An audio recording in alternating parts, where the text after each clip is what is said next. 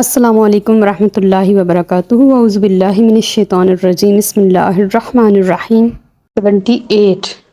وا اور انا بے شک منہم ان میں سے لفریقین ایک گروہ یلوون جو مروڑتے ہیں السنتہم اپنی زبانوں کو۔ جو زبان ہے اس کا جو مادہ ہے نا وہ یہ السنہ ہی ہے۔ تا کا مطلب ان کی یا اپنی، ہم ان کی، بالکتابی کتاب کے ساتھ، لتحسبوہ تاکہ تم خیال کرنے لگو، من الکتابی کہ یہ کتاب ہی میں سے ہے، وما ہوا اور نہیں ہے وہ من الکتابی کتاب میں سے، وا اور یقولون وہ کہتے رہے، ہوا من عند اللہ وہ اللہ کی طرف سے، وما ہوا من عند اللہ حالانکہ وہ اللہ کی طرف سے نہیں ہے، ویقولون اور وہ کہتے ہیں علی اللہ الکذب اللہ پر جھوٹ، وہم یعلمون اور وہ جانتے ہیں۔ اب اس آیت میں اللہ تعالیٰ بیان فرما رہے ہیں کہ ان کی جو کتاب ہے، یلوون، یلوون لیون کی جو ہے نا جمع ہے، لیون کا معنی ہے جھکانا، مائل کرنا۔ ایک گروہ اہل کتاب میں سے ایسا ہے، یہاں پہ ایک فتنہ ہے ان کا کہ اہل کتاب کا، عیسائیوں اور یہودیوں کا ایک گروہ، جہاں بھی نبی کریم صلی اللہ علیہ وآلہ وسلم کی شان میں آیات مبارک آتی ہیں نا، وہ ان آیات کو اپنی زبانوں کو جھکاتے ہوئے، مروڑتے ہوئے، بل دیتے ہوئے اس انداز سے پڑھتے تھے کہ کہیں پہ معنی چینج ہو جاتا تھا لفظوں کے زیر زبر سے، اور کہیں پہ الفاظ چینج ہو جاتے تھے۔ جیسے اگر ہم، ایک لفظ ہے، میں آپ کو سمپل بتا رہی ہوں، تیر، اگر میں اس کو تیر پڑھ دوں اوپر زبر دے کے تو اس کا معنی چینج ہو گیا نا۔ تو وہ اس طرح سے اپنی کتاب میں جہاں نبی کریم صلی اللہ علیہ وسلم کی شان مبارکہ کا تذکرہ ہوتا ہے، یا کوئی بھی ذکر پاک ہوتا ہے، یا کسی بھی سینیریو میں حضور کی بات ہو رہی ہوتی نا توریت اور انجیل میں، تو یہ علماء یہود اور علماء انجیل یہ کیا کرتے کہ اس کا معنی اس حد تک بگاڑ دیتے، ان کو پڑھتے ہی اس انداز سے کہ لوگوں کو پہنچاتی ہی کسی اور طریقے سے، عوام میں غلط مطلب پہنچ جاتا ان آیات کا، اور وہ یہی سمجھتے لوگ کہ جتنی خوبصورتی سے یہ پڑھ رہے ہیں، تلاوت کر رہے ہیں، تو یہ کتاب کا حصہ ہے۔ لیکن اللہ پاک اس آیت کو نازل فرما کے علماء یہود کو بتا کے، نجران کے ان عیسائیوں کے وفد کو بتا کے یہ بات فرما رہے ہیں کہ وہ کتاب میں سے نہیں ہے، وما ہوا من الکتاب وہ کتاب کا حصہ نہیں تھی، جو انہوں نے الٹ پھیر کر کے اور اپنی مرضی سے اس کو کتاب کا حصہ بنایا۔ وَيَقُولُونَ اور وہ کہتے ہیں، وہ من عند اللہ وہ اللہ کی طرف سے، حالانکہ وہ اللہ کی طرف سے نہیں، انہوں نے خود گڑھا ہے، خود بنایا ہے، اور وہ اللہ پر جان بوجھ کے جھوٹ باندھتے ہیں، حالانکہ اللہ پاک نے تو ایسی کوئی بات کہی ہی نہیں ہے۔ یہ ان کی اپنا ہی حسد اور ان کا اپنا ہی سارا مزاج تھا کہ جو نبی کریم صلی اللہ علیہ وسلم کی شان مبارکہ کو گھٹانے کا اور لوگوں سے چھپانے کا اور حضور کی تعلیمات کو کم کرنے کا جو انہوں نے وتیرہ اپنایا ہوا تھا، یہ ان کا اپنا مزاج تھا۔ نہ تو اللہ پاک نے ایسا کوئی حکم دیا تھا، نہ ہی ان کے نبی نے۔ قیامت والے دن حضرت موسیٰ اور عیسیٰ علیہ السلام اپنے ان علماء سے بیزاری کریں گے اظہار، جنہوں نے ان کے کتاب میں اپنی مرضی سے رد و بدل کیا اور ان کے دین میں اپنی مرضی سے تبدیلیاں کی، تو وہ انہیں اپنا امتی ماننے سے ہی انکار کر دیں گے۔ تو وہ جو ساری زندگی عیسائیت اور یہودیت کا پرچار کرتے رہے اور اس کے اوپر قائم رہے اور اس کو پھیلاتے رہے، کل قیامت والے دن ان کے کسی کام میں اس لیے نہیں آئے گی کیونکہ انہوں نے صرف ذات مصطفیٰ صلی اللہ علیہ وسلم کا انکار کیا، صرف حسد کو، بغین کو اپنے سینے میں چھپائی رکھا، اور حضور کو ڈی گریڈ کرنے کے لیے، نعوذ باللہ، حالانکہ کوئی ایسا ملائکہ لال اللہ نے پیدا ہی نہیں کیا جو ان کی شان کو گھٹا سکے۔ وہ مٹ جائیں گے شان گھٹانے والے، لیکن حضور کا ذکر ہر وقت بلند رہے گا اور تا قیامت جاری و ساری رہے گا۔ تو انہوں نے جتنی بھی کوششیں کی ہوں گی اور جتنا بھی اپنے دین کو غلط انداز سے پھیلانے کی کوشش بھی کی ہوگی، وہ ان کے کسی کام نہیں آئے گا۔ کل قیامت والے دن نہ ان سے عیسائیت اور یہودیت قبول کی جائے گی، اور نہ ہی ان کی بخشش ہوگی، اور نہ ہی ان کے نبی ان کے لیے ان کی سفارش کر سکتے۔ آیت نمبر 79، ماں کانا نہیں ہے کسی لبشر انسان کے لیے مناسب ان یؤتیہ کہ دے اللہ تعالیٰ یا عطا فرمائے اللہ تعالیٰ ایوتی اللہ، اللہ اس کو عطا فرمائے الکتابہ، کتاب، والحکمہ اور حکومت، ونبوتا اور نبوت، ثم پھر یقولا کہنے لگے للناسی لوگوں سے، کونو بن جاؤ عبادن لی میرے بندے، من دون اللہ اللہ کو چھوڑ کر، با اور لیکن، اب لیکن یہ عربک میں بھی لیکن ہے، اردو میں لیکن لیکن ہے، عربک میں لیکن ہے، فارسی میں بھی لیکن ہے، کردش لینگویج میں بھی لیکن ہے، ترکی کی زبان میں بھی لیکن ہے، کونو بن جاؤ ربانیینا اللہ والے، ربانی جو ہوتے ہیں، یہ میں آپ کو اس کی ڈیٹیل بتاتی ہوں، بما کنتم جو کہ تم تعلمون تعلیم دیتے رہتے تھے، الکتابہ کتاب کی، وبما کنتم اور اس وجہ سے کہ تم تدرسون خود بھی پڑھتے تھے۔ وہ کیا کرتے تھے کہ ان کو جو اللہ پاک نے توریت اور انجیل عطا فرمائی تھی، ان کے پاس حکومت بھی تھی، ان کے پاس نبوت بھی تھی، وہ اللہ کے لاڈلے بھی تھے، ان پر اللہ تعالیٰ کے انعامات بھی تھے، تو اس کا یہ مقصد نہیں تھا کہ وہ لوگوں سے کہتے کہ میرے بندے بن جاؤ، عبادن لی میری عبادت کرو، میرے بندے بن جاؤ، ان کا یہ مقصد نہیں تھا، بلکہ جب وہ بالکل دین راست پر قائم تھے، وہ سیدھے دین پر قائم تھے، تو وہ اس کے علاوہ کہتے تھے کونو ربانیین، اللہ والے بن جاؤ، ربانی بن جاؤ۔ اب اصل میں جو لفظ ہے نا وہ ربانی ہی کافی تھا، کہ اللہ والے، رب والے، ربی ہوتا ہے میرا رب اور ربانی ہوتا ہے رب والا، یعنی کہ اللہ والا، جیسے ہمارے پیر و مرشد ہیں، جیسے اللہ والے لوگ ہیں جن کا دنیا سے جو ریلیشن ہے وہ تھوڑا کم ہے باقیوں کی نسبت، ہمارا تو ٹوٹ ٹوٹ کے بھرا ہوا ہے دنیا ہمارے اندر۔ آپ نے پڑھا ہے مضاف اور مضاف الیہ، یا اس میں صفت اور موصوف، یہ اس کے اندر چلا جاتا ہے کہ ان کی بہت زیادہ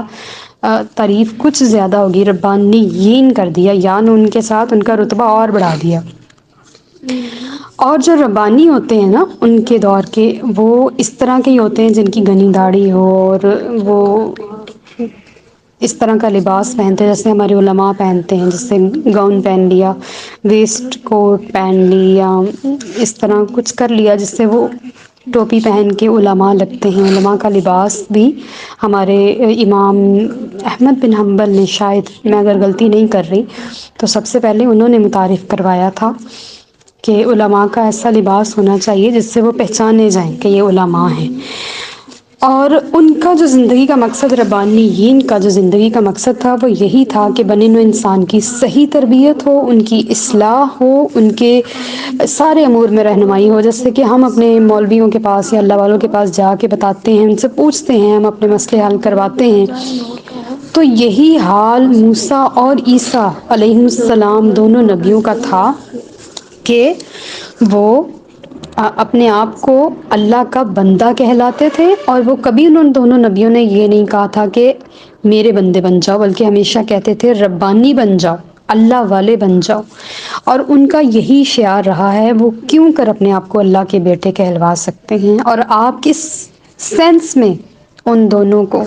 موسیٰ اور عیسیٰ علیہ السلام کو، اللہ کے بندے، بیٹے بنا سکتے؟ اللہ تعالیٰ فرما رہے ہیں حالانکہ تم خود کتاب پڑھتے ہو، حالانکہ تم خود درس و تدریس بھی کرتے ہو، تدرسون تم پڑھاتے بھی ہو، آگے پہلے خود تعلیم حاصل کرتے ہو پھر آگے پڑھاتے ہو، بتاؤ پوری توریت میں کیا تمہیں کہیں لکھا ہوا محسوس ہوا ہے کہ عیسیٰ اور موسیٰ علیہ السلام اللہ کے بیٹے تھے؟ نعوذ باللہ۔ یا انہوں نے کبھی تعلیم دی ہو کہ میرے بندے بن جاؤ؟ بلکہ انہوں نے یہ کہا کہ اتنا اللہ کے قریب ہو جاؤ کہ اللہ والے بن جاؤ، ہمارا درمیان میں وسیلہ پکڑ کے اللہ کا ہاتھ پکڑ لو، اللہ کے قریب چلے جاؤ۔ تو ان کا جو شعور تھا وہ یہ تھا، تو ان کو تو پہلے خود سے ہی سینس نہیں ہے، تو یہ دوسروں کو کیا تعلیم دیتے پھرتے ہیں؟ انہیں تو اپنے ادارے بند کر دینے چاہیے، کہ جب یہ خود گمراہ ہیں تو دوسروں کی ہدایت کے لیے کیسے موٹیویشن کر سکتے ہیں، دوسروں کو کیسے ہدایت دے سکتے ہیں؟ ان کے پاس کون سی سینس ہے کہ یہ دوسروں کو ہدایت دیتے پھریں؟ لہٰذا انہیں پہلے خود سیکھنے کی، خود سمجھنے کی ضرورت ہے۔ آیت نمبر 80، وَلَا يَأْمُرَكُمْ اور نہ وہ تمہیں حکم دے گا، ان تتخذوا کہ تم بنا لو، الملائکات فرشتوں کو، والنبیین اور نبیوں کو، اربابن رب۔ یہ جو ارباب ہے رب کی جمع ہے، لیکن اللہ واحد لفظ ہے جس کی نہ جمع ہو سکتی ہے نہ مؤنث، وہ وحدانیت کر دلالت کرتا ہے، اور نہیں حکم دے گا تمہیں اس بات کا کہ بنا لو فرشتوں کو والنبیین اور پیغمبروں کو اربابن رب۔ ایامرکم کیا وہ تمہیں حکم دے سکتا ہے بالکفری کفر کرنے کا بعد اذ انتم مسلمون اس کے بعد کہ تم مسلمان ہو چکے ہو؟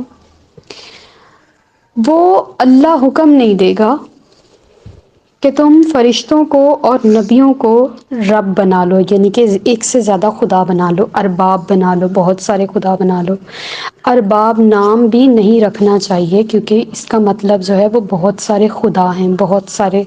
پالنے والے ہیں، اس لیے یہ بھی لفظ جو ہے وہ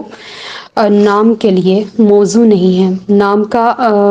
انتخاب کرتے وقت دیکھنا چاہیے کہ اس کا ہماری شخصیت پہ کیا اثر پڑے گا۔ اللہ تعالیٰ فرما رہے ہیں کہ وہ مقبول بندے یعنی کہ عیسیٰ اور موسیٰ علیہ السلام تمہیں کبھی حکم نہیں دیں گے کہ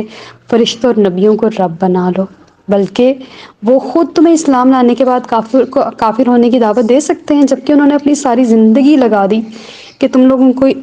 اپنے دین کے اوپر قائم رکھا جائے، تو کیا وہ تمہیں اس بات پہ حکم دے سکتے ہیں؟ یہ صریح جھوٹ باندھتے ہیں